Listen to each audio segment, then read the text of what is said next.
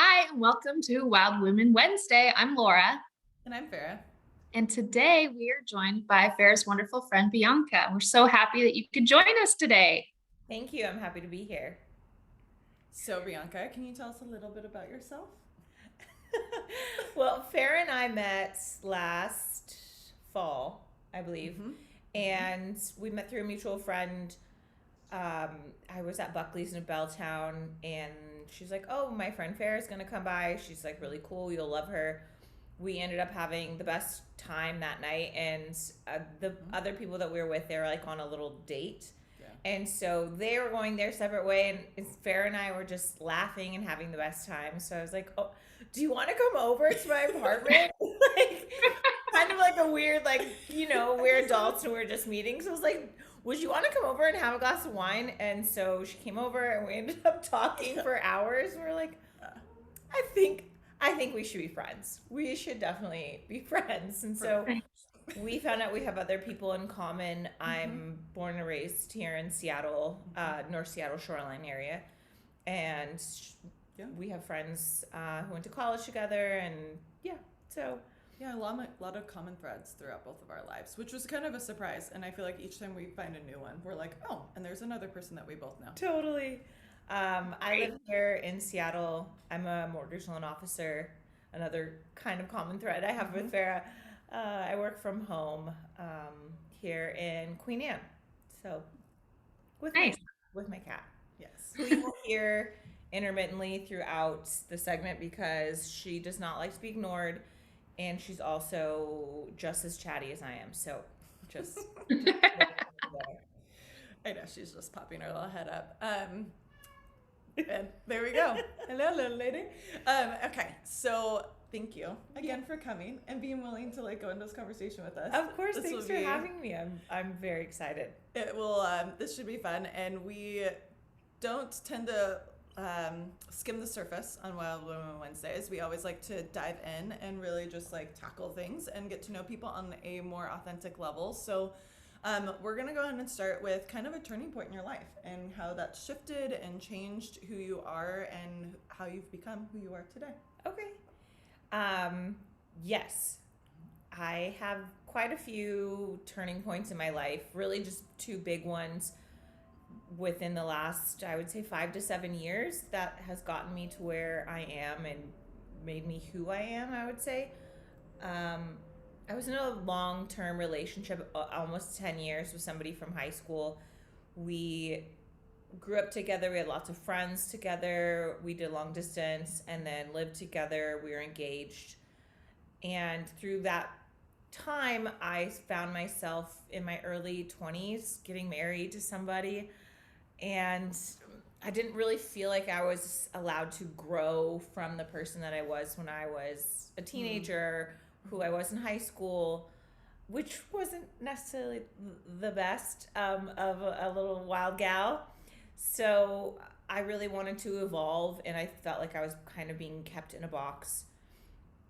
And maybe not necessarily by anyone in particular. It could have just been like my environment and the relationship and everything that kind of Mm-hmm. went together with it. And I woke up one day and I thought, wow, I'm going to be married, and I'm this is going to be my life, and Mm-hmm. I'm very unhappy where I am. And so I had voiced my concern to my friends, more so when I was drunk, I will be honest, in saying, everything looked really good on the surface. We had a beautiful home, I had a beautiful ring. We, went on trips, things were really nice. So, like, in appearance wise, but really behind closed doors, I was deeply unhappy, and it would really come out on nights when I was drinking, and I would cry all the time and tell my friends how how unhappy I was and how afraid I was. And I think everyone chalked it up like, "Oh, this is normal. You're just getting cold feet. It's going to be fine." I also shared the same concern with my mom, and she kind of did the same thing, like, "It's going to be fine. Like, you're fine." But deep down, like, I just knew that it wasn't for Mm-hmm. me, at least, and I Yeah. just knew this isn't where I want to be Yeah. forever. Like, this isn't the person that I want to be, and I'm also not given the space or the support to grow into who I see myself to be and who I've always wanted to be. So probably 1 month before destination wedding, I decided this isn't happening. I did go to therapy prior to that, so I had kind of seen a counselor, gone to therapy here and there throughout my childhood, but nothing too serious. But I think the months leading up to the wedding, I was severely depressed and really, really, really sad. Like I was in a miserable place, and I thought, I really have to speak to somebody. I have to do something. So I started seeing a therapist regularly and kind of unpacking things. I remember my very first session, I walked in and I think I told her my name, and then I just started crying. And I think I spent the first hour just crying, like barely getting any words out. And at the end of the session, I gave her a hug, and I think she was like, ma'am, what the fuck? But it felt so good to just kind of Release it. Yes, exactly. Like let some things go. And then we had been seeing each other for, the therapist and I, for 8 months about, and finally she was like, I think that you have all the tools that you need to make the decisions that you need for your life. And I was like, no, I don't think so. I'm not. And she's like, yes, you are. I believe in you. You got this. And so I took that in. I tried the tools that I had learned, you know, setting boundaries, expressing myself, telling people what I needed. And while those things weren't working, which is a big part of the therapy, which is, you know, you can use the tools that you learn, but that doesn't mean you're always going to get the reaction from the other people, because you can only do so much, and you can only meet them. Yes. And so about a month from the wedding, I decided this isn't going to work. How much time prior to the wedding did you start going to counseling? About 9 months. So prior. It was like pretty much in alignment with when right before you got married, that you then had this revelation. Yes, really. I think it was a long engagement. So I think building up to it, I was thinking, oh my gosh, this is getting closer. This is really getting closer. We have things planned. We have a venue. We have flights booked. I have a dress. We have deposits made. Holy shit. And then as closer that I got to it, I think in my relationship, or how I internalized things, was that it was getting more solidified that things weren't going to change. And the environment that I was around and the support that I was surrounded by wasn't going to change, and this was going to be my forever. I personally I was young. I was 25, 26 at the time, and I really didn't want to get divorced. I'm a child of divorce, and my parents had a really nasty relationship, and so I just didn't want to do that yet. I was so young, but I was terrified because we had lived together for so long. I felt like I didn't have anywhere else to go. I'm not very close to my parents, so I didn't have I couldn't move back home or anything. So with therapy, we started at like the worst case scenario, and then like worked it back, which I like to do. Like, what is the worst thing that can happen if you tell him, I don't want to be married? And then I would just cry in therapy. And then we kind of work it back. Like, what are the steps? What would that literally and like realistically look like? So that was really helpful. But it was about 9 months. And then I had a couple of months to really use what I had learned in my real life to try to change that. And then and communicate to him what you wanted your relationship to be, and how you wanted it to change, and like, this is who I am. Like, are you showing up for me the way that I need to be loved? And like, if you're not, then what's that going to look like, and is this really sustainable? And that's a really scary place to be, but like, so much courage on your side to be willing to like have the conversations, do the work in order to like understand, like, is this really what's going to make me happy? And if it's not, am I going to be able to make the changes I need to make in order to create a life that I love? Definitely. But then you're burnt. Like, then you have to take like then you have to accept the other person though and where they're at, and if they're not willing to meet you, then you actually have to take the steps to like burn down a life that you created. 100%. And I that's think terrifying. that was the most terrifying point, especially being so young. I was just an executive assistant, so I wasn't making that much money to really live on my own, or so I thought. But as the more that I thought about it, and I couldn't be who I wanted to be, I couldn't be myself. And I felt that I was being who he wanted me to be, who my friends and my family wanted me to be. And I wasn't given the opportunity to really be my true self. And the way that I grew up, I just knew I didn't come this far just to come this far, right? I just saw so much more for my life, and I just knew that I wasn't going to get there with where I was. So kind of a little funny I'll just to make lighten of the mood. Maybe it's not funny to some people, but too soon.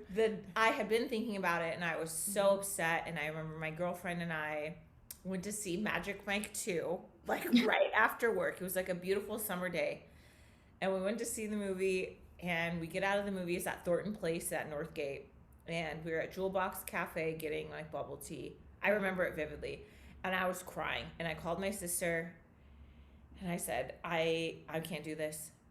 I'm going to call it off tonight. Like, I have to let him know. And then she's like, okay, whatever you need to do, I support you 100%. And her just saying that, it's going to make me, she was like, whatever you need to do. And my girlfriend, and so I went back to our house, and he was at a Mariners game, and he came home, and he sat down, and I just was like, listen, I don't think this is going to happen. And I didn't say like, it's not never. At that point, I was just like, we can't get married on this day. Like, we have other things we need to work on. And that I was putting so much power into that day that it was becoming like my D-Day. Like, I just thought like, this is the day. And you should be happy, right? You're getting married to your wedding day. It's going to be beautiful. It was in Hawaii. And I just thought, this is the day that I die. This is the day. Oh gosh. Yeah. So that one, I would say, was a huge turning point for my life. So, yeah. It's so brave of you. That your courage and bravery is really admirable, because I think a lot of people do go just through the motions, and that's incredible. Thank you. I know a lot of people that just were like, you know, we've already gone this far. Everything's already booked. Everything's 100%. set. Like, I'm having major doubts, but like, I'm just gonna go for it and see what happens. And it's you know, no knock to them either, because I think that they were doing the best that they knew. Everyone's life is different. Yeah, but like, for you to like stand up for yourself and like, I'm gonna choose me. I'm gonna choose my own happiness, and I know this isn't going to create a happy life for myself. So I need to make this. This can't be, and that's it's obviously a huge turning point. What happened after that though? Like, I don't know if I've heard the details of the extent of the story, so I'm like, so then what happened from there? Well, it was a work day, like a work evening, and so we stayed up, we cried, and we talked, and you know, we called family, and my sister reached out to my side and let people know, so I didn't have to make that call to let friends and family know, because again, it was 1 month prior to a destination wedding where flights were booked, hotels were booked, deposits were paid. The next morning I had to go to work, and I was a puffy-faced disaster. And my manager, my executive at the time, he called me into his office, and he's like, because I was like, hi, and like went to my desk, and he's like, calls me, he's like, can you come in here? And I was like, hi. And so he had kind of known a little bit. I think I'd shared with him. We had been working together for years at this point. And I let him know, and he was like, wow, Bianca, I need to tell you. And I worked in a team of men. I'm in banking, and I was in commercial banking. And he goes, I have to be honest with you. You have bigger balls than anybody on this team. He's like, wow, I wouldn't be able to do it. And months later, he retired. And it was so sweet. He had told me, you were the one who kind of pushed that for me. I was really unhappy in where I was. We were under new management. And he goes, I did not like where things were going, and I thought, you know what, fuck this. If Bianca and call off her wedding, he's like, this 26-year-old girl who works for me has, bigger balls than anybody, and she can do, he's like, you really truly encouraged me, and it was really sweet, and it was kind of the things I needed to hear in a sense, because I was still at a very low scared point. Like I didn't know what was going to come next. Yeah, there was still a lot of unknowns. Yes, it was a destination wedding, and my whole family was still going. My nieces and nephews were like 3, and it was going to be their first time in Hawaii. And the island that we were getting married on, I used to live on when I was little. I learned to swim there. Oh. And I wasn't going to have my support system around me. Everyone was still going. And so we both decided to still go because we hadn't necessarily broken up yet. It was so awkward. Yeah. It's like, that sounds terrible. It sounds awful. And so we were like trying to work through it. And what I realized during that time is that he was over accommodating to me and doing so much. And it felt very, fake. Yeah, very inauthentic. I was just like, you're doing this because you're being nice to me and you're giving me the things that I need. Only because you're scared I'm going to leave. Yes. Oh gosh. Okay, I did forget a little detail. We decided to go to couples therapy like maybe like a month prior to me calling it off, and we found a therapist, and she gave us a packet of questions to fill out, right? To prior to our first session. And so we get in there, and we fill them out separately, right? We get in there, she's asking us questions, and his answers were like, I don't know. And I looked at him and I thought, did you fill this out in the fucking car before we stepped in here? Like, did you? I am so serious, and I don't understand what you don't understand about how serious this is. And he just gave like really one word answers, and I was like, yeah, this isn't it. I'm not fucking doing this. Also, excuse me for all my language. I don't know if that's a thing here, okay? Because I cuss like a sailor every time. And so when we were in Hawaii, it was very awkward. It was super awkward.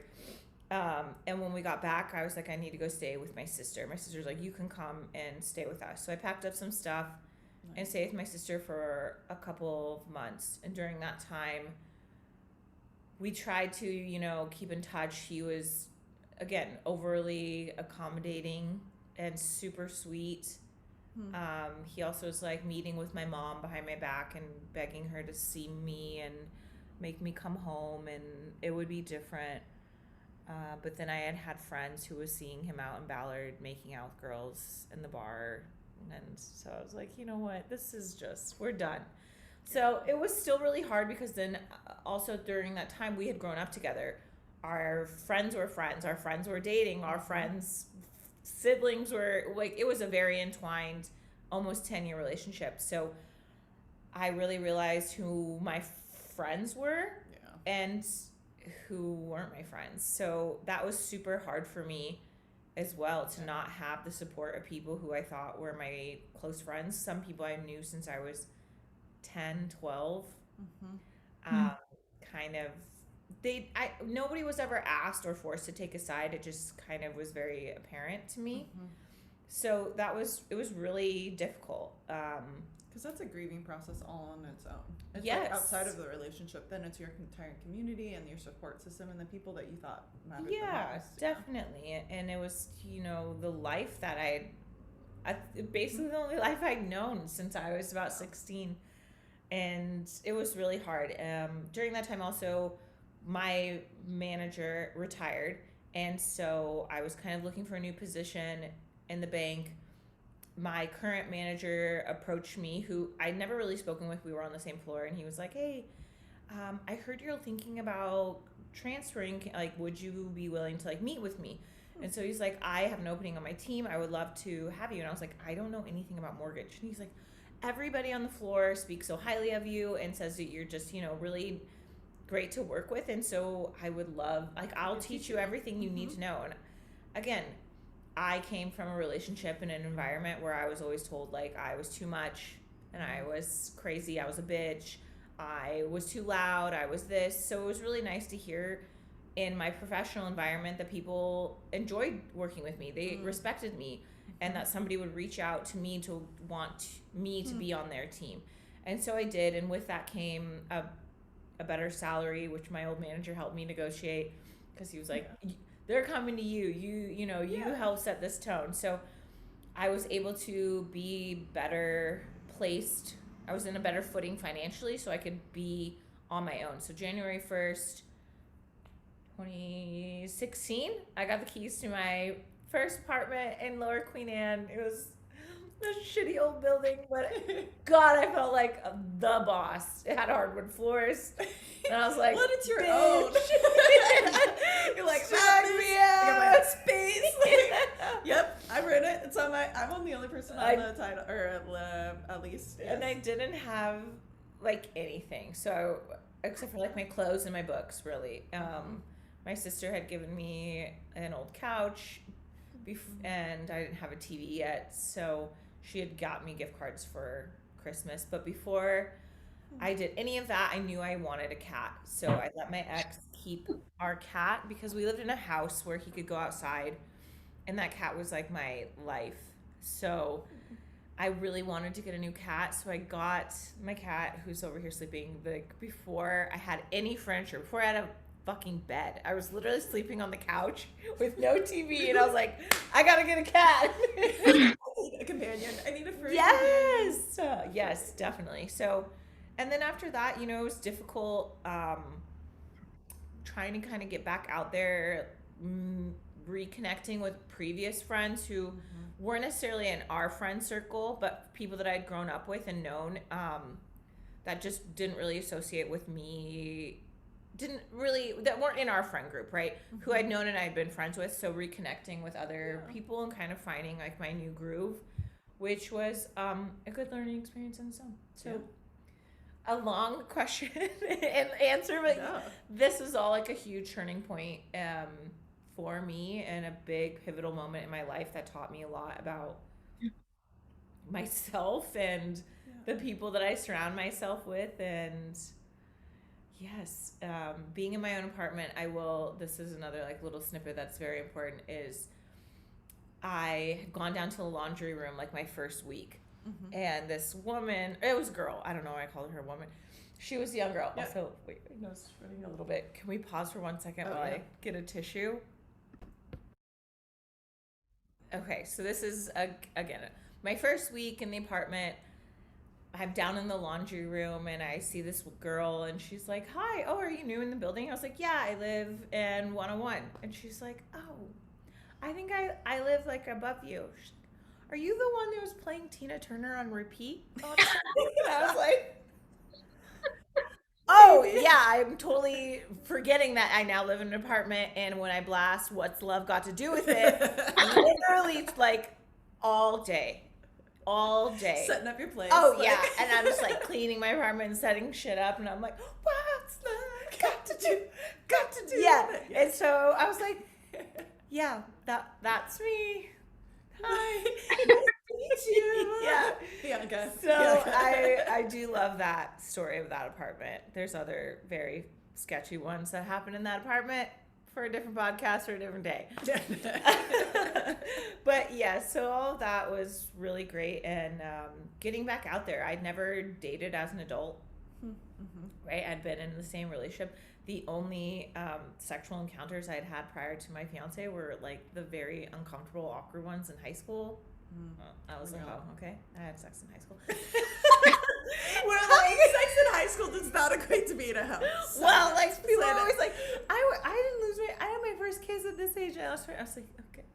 You're like, They were all my boyfriends, but it was not real sex. It was awkward in your parents' house, uncomfortable. So getting back out there after, a 10-year relationship was, it was interesting. I lived very close to pesos and Aussies, if anyone is familiar with those. Oh, yes. Fine Seattle establishments. Pesos close. Gosh, break my heart. Every time. I was like, how did someone, like, there's going to be a whole generation of young Seattle kids that never experienced pesos. There's a lot of Sundays where it's pretty nice out, and it's like after a game, and I'm like, God, I'd love to go party at Pesos right now. And you could have. It's just a couple blocks away, but so it was like in this little area that Aussies. was really fun. So I would go out and go out with my girlfriends, and I was kind of in this new place where I could really be myself and like who I wanted to be, and I didn't have somebody going, calm down, like don't do that. Yeah. Be small. Keep Yeah. small. Yeah. I know these lyrics. I'm going to rap them without somebody telling me, calm down. I'm like, no, this is my fucking song. With My fucking song. So, yeah. So those are all pivotal moments for me. It sounds like, you know, your pivotal moments really led to you finding your authentic self. So how do you live authentically? What does that look like for you? Gosh, it is really, truly just being who I want to be. I worked a lot with shame and like shame resilience in the past couple of years, and therapy and like on my own, and letting go of things that I thought kept me small or like made me feel guilty, mainly like the way I grew up in my family life, but I didn't choose those things. I didn't did not ask to be born, okay? I didn't ask for these parents.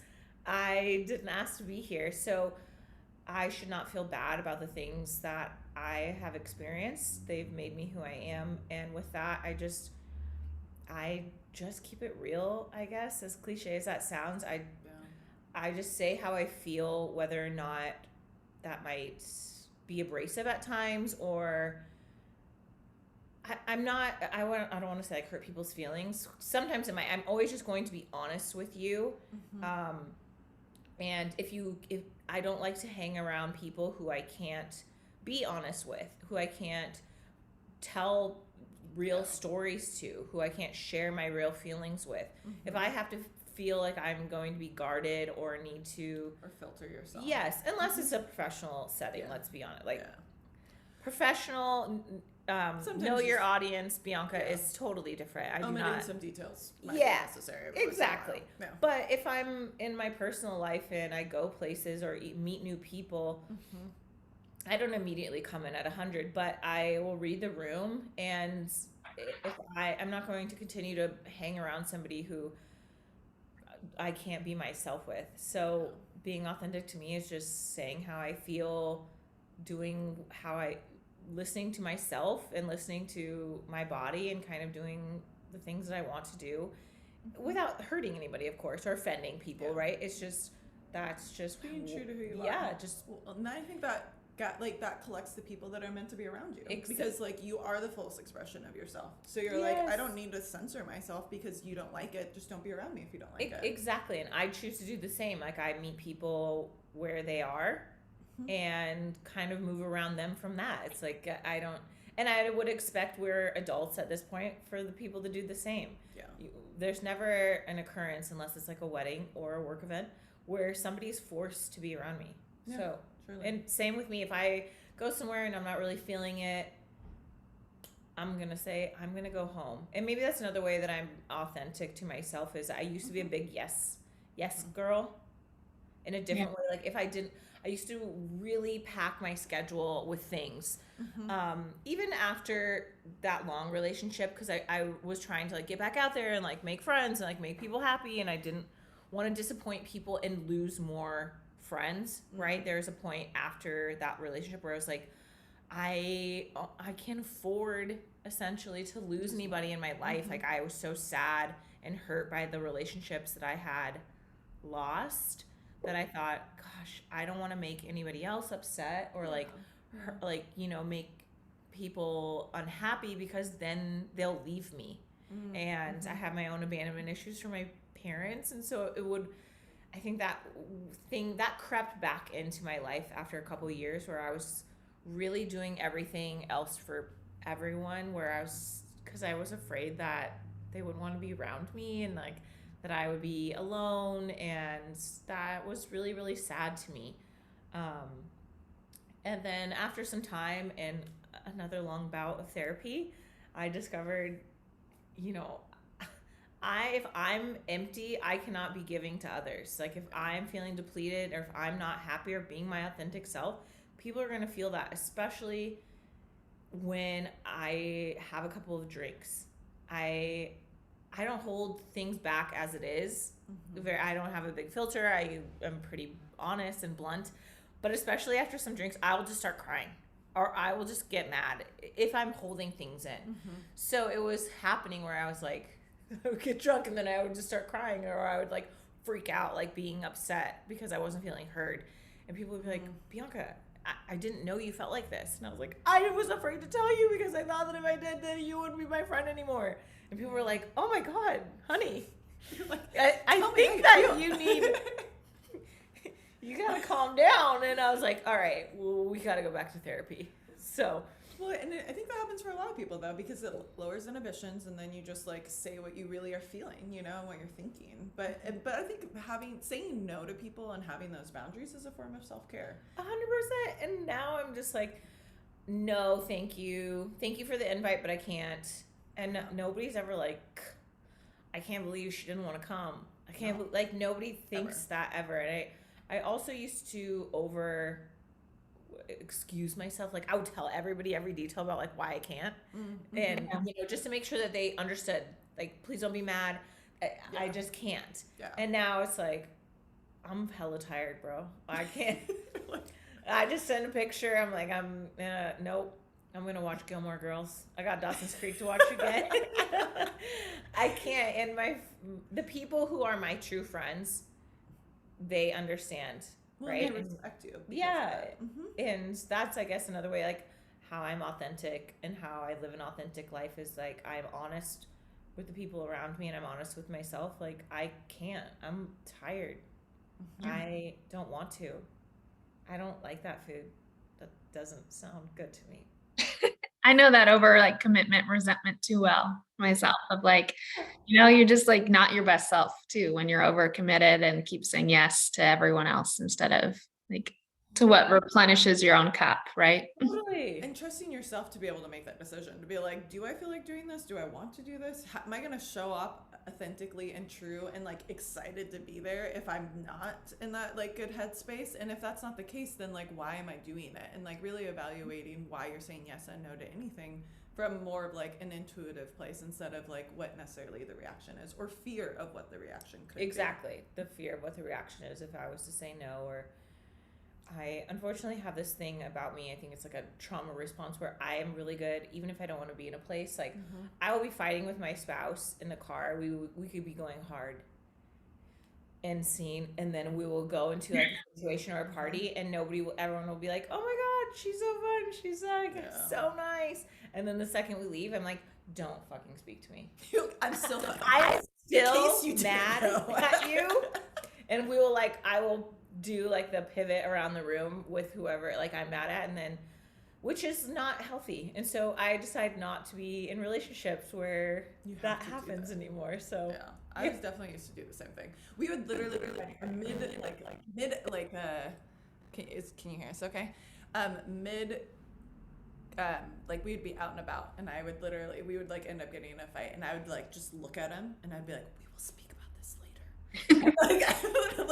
And I'd like keep smiling, and I think it is because I think the trauma response, or at least like the more deep study I do into this, it's like you don't want people to be unhappy or to be upset is like, I feel like a burden, or it feels like it's a burden to put that on anyone else. So you like repress those feelings in order to be able to stay neutral and harmonious so that everyone else feels okay while you're ignoring yourself. And it's like being able to honor those feelings, I think, is really important, but also comes with time. And there's also time and place. Of course. Right? Of course. And I think that's huge. It's there are also other times I will be, that I'm like, no, you're not going to do this to me right here, right now. And they'll be like, not in public. And I'm like, you decided to do this in public. You did it in public, not me. So we could go. I don't know any of these people. I'm never seeing these people again. Like if we're like kind of bickering at like, you know, a restaurant in another country or something. They're like, stop it. You're causing a scene. I'm like, well, I'm not yelling, first of all. And you wanted to get there. So I'm not going to let you gaslight me and then shush me. So Well, and it's like, and having like real conversations, standing up for yourself, like it's necessary. And otherwise, they just it gets pushed under the rug, or then it gets ignored, and then you never talk about it. But then there's still an undercurrent, and those are those situations I think in relationships that build up over time to bigger blowouts because like they're not addressing the things in the moment. And it's like, let's address it, but in a respectful way. Yeah. And like having healthy conflict resolution skills is essential in order to have a healthy relationship. I was just listening to a podcast about this, and they're like, complaining and having arguments is really healthy in relationships, and they're like, the indications of divorce are more likely with people that never talk about things, that like always push it off to the side, that never disagree, because those are people that are hiding how they truly feel, and then later on it becomes larger issues, and then they end up just like breaking apart because they're just living two separate lives. And I was like, that's so interesting, because like I actually do hate complaining, and so I was like, that's like encouraged, but it's because you need to tell people how you really feel, and if you're being authentic and true, then like you're not always going to be happy. Not everything's always going to be peachy keen, and that's okay. And you should be able to trust someone enough to be able to express that to them. And I was like, I like this. So thinking about this though, like I feel like there's a whole transition for you, and now you're at a point where you really trust yourself. And Definitely. Like how do you like tap into that? Like do you like have like practices that you do in order to like, I know you said you feel into your body, which I can definitely relate to and understand, but like can you explain that a little bit more? Yes, I think with a lot of things I've learned in my past relationships and combined with my therapies is like I do a lot of self-reflection. I try not to hold it in too long. That turns into anxiety because that's really what I struggle with. But how do I trust myself? I, again, just listen to myself. When I feel the need to, I write things down. I make a lot of lists. My notes in my phone is huge. I do a lot of pros and cons. I also, something I learned from a girlfriend of mine that I admire and that I take with me, and if I'm feeling some type of way, right? If I am in a situation, a conversation, an argument, whether that's with a family member or anybody, I step away because big Aries energy, I complain a lot and I'm like all in your face and like I like to get it all out. But I've learned like that's not always how everybody else communicates. So I need some moments to myself to take it in. And so I need to step away. I need to take a walk. I need to take a breath, a drive, a bath, whatever it is. And get out my face. Give me a couple minutes. Let me, breathe this out. Yeah. Reevaluate what it is I'm actually trying to convey and communicate and like get my point across without adding any additional information or going off on a tangent. And so I guess for all the things that I've been through, I really just trust myself and I trust my gut and my intuition. I really just read rooms. I'm super empathic. I would consider myself an empath. Like I feel everything really, really, really deeply. And that's a blessing and a curse, definitely. Yeah. So I really just try to listen to that voice inside and say, hey, we're going to need a second. We're going to need a moment. We're going to need a day, whatever that may be. We're going to need a walk. We're going to need a run. We're going to need a salad. We're going to need a shot. Like whatever it could be, I really just listen to myself and kind of take that time to just process things before I like make a decision or communicate back, right? Or respond to something. It's like a pause going within and kind of like listening to what your inner voice or whatever it is for you to be able to communicate with yourself and your intuition first. I used to be really reactive.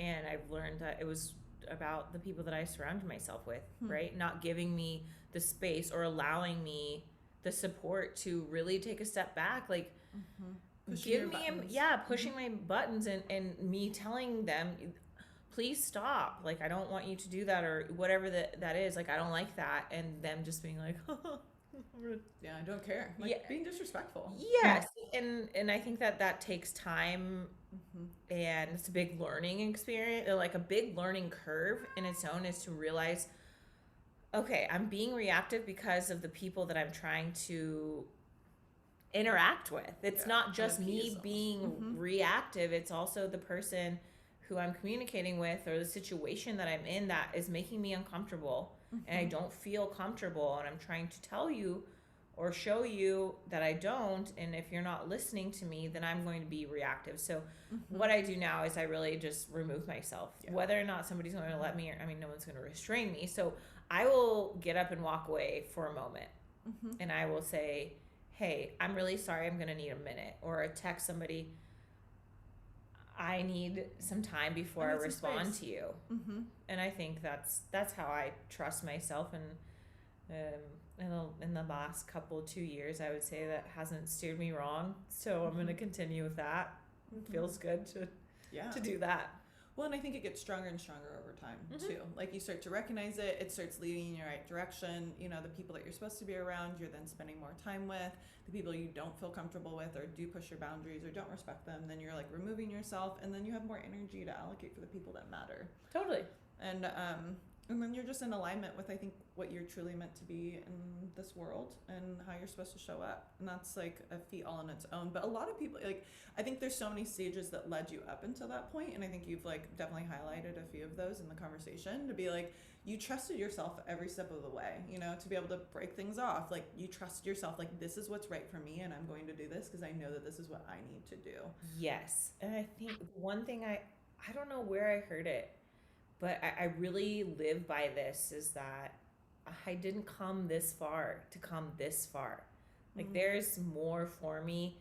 There's bigger in life, in every aspect, where like I'm going for it. And I also, like, every single decision that you make in your life is a learning experience. You, whether it's painful. What does that say? It's in Latin. It says we're born for greater things. I feel you, girl. I want my next tattoo to be, let this teach you.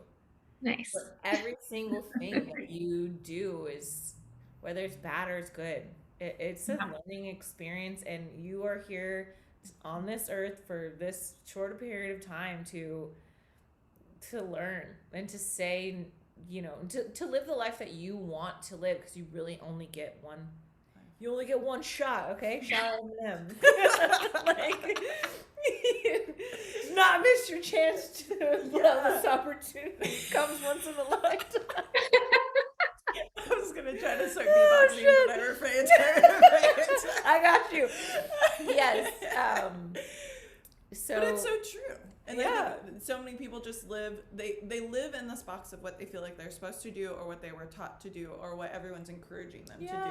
And then they don't trust themselves. They like deny themselves the opportunity to be able to live the life that they were meant to live. And it's like, and then they resent it afterwards. And then you're like, or you could just do it. Like, you have the power. You are in control of your own life. You are the CEO of your own life. So how do you want to create your life? And that is, but it takes bravery, it takes courage, it takes trust, it takes like all the things, and like really learning from situations and growing from them instead of wallowing in it, because it's really easy when shit does not go right to just be like, woe is me. Like fuck my life, fuck me, like it's, and or to internalize it as like character flaws, and it's like, no, like this was just a moment for me to grow, and I'm proud of myself because I did grow, and like that's don't worry, kitty cat's about to make an appearance. Surprise.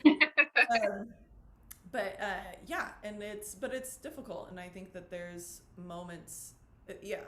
When the moment I met you, I was like, she's super authentic. I like adored that about you, and I was like, she's real. She's herself, and she's not trying to be fake or anyone else. But then that's like, when you do that, there's like a quote that Marianne Williamson that I always love, and it's like, when you are yourself, you automatically give permission to people to do the same. Yeah. And it's like, when you honor your boundaries, you encourage other people to do the same. And it's like, I totally agree. I love that. Yeah. And so you do that, and then those are the people that you want to surround yourself with. I think that's why you have like a magnetism to you. I think people naturally gravitate towards you because of that too. Thanks. Hey, you're welcome. So I think practicing the pause is a really good example of self-care. So do you have any other self-care rituals that you practice? Definitely. I I'm a huge bath gal. I am a big water baby. Like I said, I briefly mentioned that I lived in Hawaii when I was younger. I love swimming. I love being near the water. So I love a bath. If I could take one, my best weeks are ones where I can take one every night. I feel like, man, I feel like $1,000,000. I am that bitch when I can take a bath every day. Oh, so I love a bath like more than anything because it just gives me that. That means I'm giving myself like 30 minutes to an hour. Even sometimes I'll jump in there for like 15 minutes just to sit in there, just to soak. Listen to a podcast, watch an episode of something, FaceTime a friend, a close friend, girlfriend. See all this? They already see it.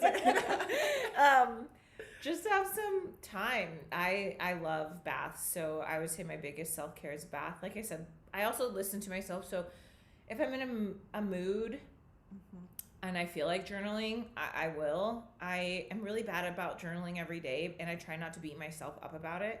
Because for a long time, like my therapist was like, you should write all of this down. I fucking forget, bro. I have so many things at work to do. So I try to start small and not be too hard on myself if I forget to journal. So I just do it when it feels natural to me and when it feels good. Other than that, I really enjoy closing all the blinds in my apartment and laying with my cat who's yelling, who's like, why aren't we laying down right now? I love a good Dateline episode. Gotta stay vigilant out there, all my ladies. So the more you know, the more you know, okay? So, but yeah, no, baths, I would say, yeah, are my self-care of choice. But also a good phone call to a friend. I talk to my current boyfriend. I don't know why I said it like that. My boyfriend. He's always my like current. He's like, you talk to somebody on the phone every single day. I'm like, yeah, because community is really important to me. My people, my tribe is really, really important to me and my my well-being. Yeah. My community is everything to me, and I can't be myself if I'm not supported by those around me. So I talk to a friend or my sister almost every day. So that's something else I do. Yeah. Those are my self-care things. I love them. Those are great. Well, and they help ground you. I think it brings you back to your center and to yourself. And again, that's how you stay true to you. And authentic is by surrounding yourself and being around people that allow you to do that and encourage you to do that. Makes sense. I do love a good bath, and I think we've talked about this too, because you got to have like a solid 45 minutes minimum just to like literally lay and like not move and just like to be able to soak in the goodness. I have so many bath bombs. I have multiple types of Epsom salts and soaks. I have 2 different types right now of bubble baths. I have this like laser light thing, like that lights up your room that I only use in the bath. Like it's under my bathroom sink. So I'm like, it's a vibe in there. And I turn off all lights, put the bubbles on, light some candles, bring my iPad. Nice. Yeah. I was doing those last year when I went through a major transition. I'd never take baths before. It was never a thing. And then I was like, I'm going to start taking baths. And I remember it was like a day, and I was like, today's a bath day. And I was like, literally, I'd put Bella to bed, and I'd like go in and I'd like set up my bath, and it was like felt like such a special little treat. Like it's like a luxury to be able to have it, but it's so accessible. Anyone can do it. But I think it's one of those things we underestimate how much of an impact it can make on our mindset and well-being. That's always been key in any apartment that I live in. Even that first shitty one, I was like, as long as it has a bathtub that I would actually sit in, we're good. We're good. I even like those shower bombs. Do you ever do those where you put it at the bottom of the bath and then like it makes it feel like a steam room, a eucalyptus steam room? Yep, got those in the bathroom too. Are you a bath person, Laura? Yeah, but I have a leak right now. Like so I came home and did like a really nice, like set the mood, luxurious bath after I went and got a massage. It was great. Come downstairs. ceiling is covered in water. Oh no. Yeah, Oh no. yeah. So no bath for a while till The absolute opposite effect of the Yeah, I have a calming good bath. plumber. I have a good plumber. No. do you? I do. Actually, it's a friend from high school. He's legit. Chad. Shout out Chad. Shout out, Chad. I make that face at you because like family full of plumbers. But okay. I know. Well, okay. Side note, we digress Anyway, as we do. yeah. So actually, we've been very on track. I'm really proud of us. I feel like Yeah, we've done well. very swiftly throughout all of our conversation. But Bianca, I'm so glad that you were able to join us today, and Thank like you. just to watch like the progression and everything that you've gone through, and like just to hear stories. I admire you for everything that you've done, and like Thank the you. woman that you've become, and yeah, you're doing the damn thing, and that's what we Thank need you. more of in the world. And I think that women that, especially women that are like living their life authentically and true, and like honoring their power. And I think that's one thing that you underestimate about yourself is like you are such a powerful woman, and you like own that, and but in the most compassionate, loving way possible. And like I think embodying that feminine and masculine energy is something that like is an art, and like you do it very gracefully. Thank you. I appreciate that. And it was so fun to come on here. You know, I was a little bit apprehensive. I've never done a podcast before, really. So, especially one like this, right? Talking about feelings and such. But again, I have no shame, and I hope that everybody can learn to really speak to themselves and go to therapy and, you know, be true to yourself and have the courage to say no and to stand up and to leave any situation that they're not comfortable in. And if me telling my story or sharing that is even encouraging to one person, then I think that that's great. Truly. All right, so we finish with our love song. What love song do you have for yourself? I guess it is a love song. It's Whitney Houston, Exhale. Oh. And it's really like a love song and maybe like a breakup song, but it's also like being true to yourself. So like if you were to look up the lyrics, or I won't sing it for you, I'll spare everybody like that. Sing it. It is my song for life, and I just love it so much, and it means so much to me, and I think it's very encouraging to whatever position or point you are in your life. You'll find some meaning in it, and it's a great love song by the great legend I know. Whitney Houston. R.I.P. Man, all of her, she's got so many bangers though. I love Whitney Houston more than most. God, no, seriously. I won't go, like, do you guys ever watch Tyler Henry? No. Okay, he's like a medium. He was like on E. Anyways, Bobby Brown was on it, and he like communicated with Whitney, but he didn't know who Bobby Brown was, so he like had no idea, and so he's like channeling her and like speaking to her. Shut up. Yeah, the shit is wild. You gotta watch it. And will she need to and she look even this talked up. about like the overdose, and like I didn't take any more than I normally did. He didn't even know what he was communicating at the time. Oh my And so goodness. it was like so intense, but he was like, she was just this beautiful like soul, and like it's so anyways. And I remember watching that, and I was like, Whitney Houston like was such an influence on all of our childhoods, right? Like I want to dance with On somebody. I will everyone- sing that every day of the week. I don't think there's a pop artist or any artist out there right now who wasn't or hasn't been inspired by Whitney Houston in some way. Like Voice if of an you're angel. if you say that you haven't been, you're lying. Okay, you're Like you know all the lyrics to at least one of her songs, and it's like, dum, and how many times I remember like waiting for the pause. Anyways, I won't sing anymore, but yeah, Whitney. Shout out Whitney. I was actually going to have a different love song, and now I'm just going to stick to the one that originally came to mind when we were talking about this, is I want to dance with somebody. And that is one of my, and I do love to dance, and that is like, I will dance myself any day of the week to that song.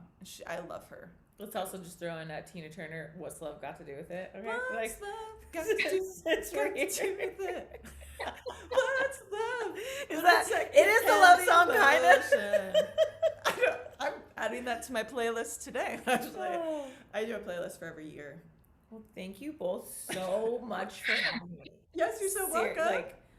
Yeah, I'm not sure if we touched on everything you guys wanted to touch on, and I try to No. keep it minimal and kind of not go too far off track. So We did great. Laura, what's your love song this week?